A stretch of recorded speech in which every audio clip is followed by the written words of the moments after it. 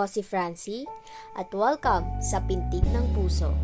Isang podcast kung saan pag-uusapan natin ang iba't ibang muka at ng pag-ibig. Masaya, minsan masakit, pero laging may aral.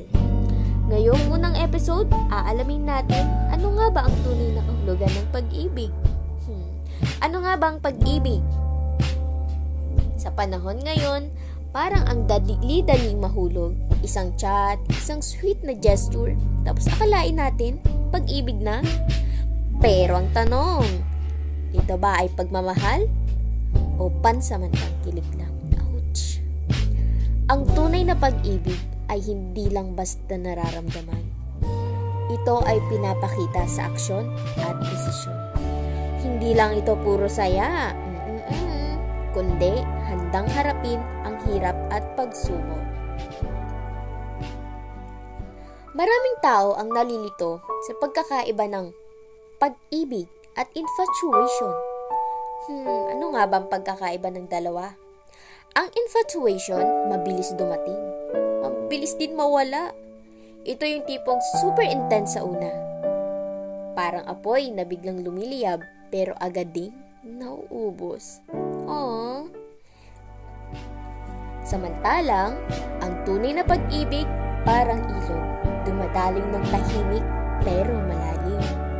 Hindi ito minamadali, hindi rin ito puro kilig. Ang tunay na pag-ibig na patutunayan sa oras at pagsubok. Bakit nga ba mahalaga ang pagmamahal sa sarili? Minsan natin nakakalimutan natin mahalin sarili natin. Ano nga ba? Bakit ba mahalaga? Bago nating hanapin ang tamang pag-ibig mula sa iba, kailangan muna nating mahalin ang sarili natin. Kasi, paano mo aasahan na mamahalin ka ng tama kung hindi mo rin nakikita ang sarili mong halaga? Hindi ito pagiging makasarili, kundi pagbibigay ng respeto sa sarili. Kapag natutunan mong mahalin ang sarili mo, mas madali mong makikilala ang pagmamahal na totoo at hindi pansamantala. Dito tayo, di natin alam kung totoo o hindi. Paano natin malalaman kung totoo ang pag-ibig? Nako. Ang tunay na pag-ibig ay may tatlong mahalagang katangian. Pagtanggap, pagtitiis, lalo na sa mga tuyuin dyan, Diyos ko, at paglago. Una, tinatanggap ka ng buong buo, kasama ang iyong mga pagkakamali. Pangalawa, kayang maghintay at manatili kahit may pagsubok. At pangatlo, tinutulungan kang lumago. Hindi ka hinihila pababa, kundi itinutulak kang pataas. Kung nasa isang relasyon ka na walang respeto, puro pasakit at walang direksyon, baka hindi ito ang pag-ibig na nararapat sa'yo. Baka nga hindi, nagbubulag-bulagan ka na lang.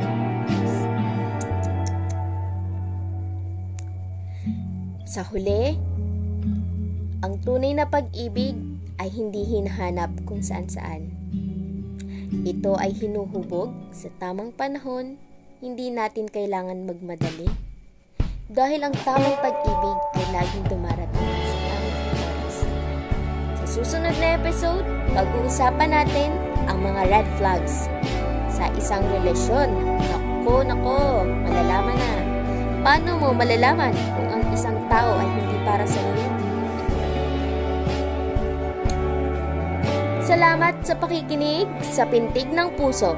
Kung nagustuhan mo ang episode na ito, huwag kalimutang i-share sa mga kaibigan mo. Kita-kits sa susunod. Salamat po!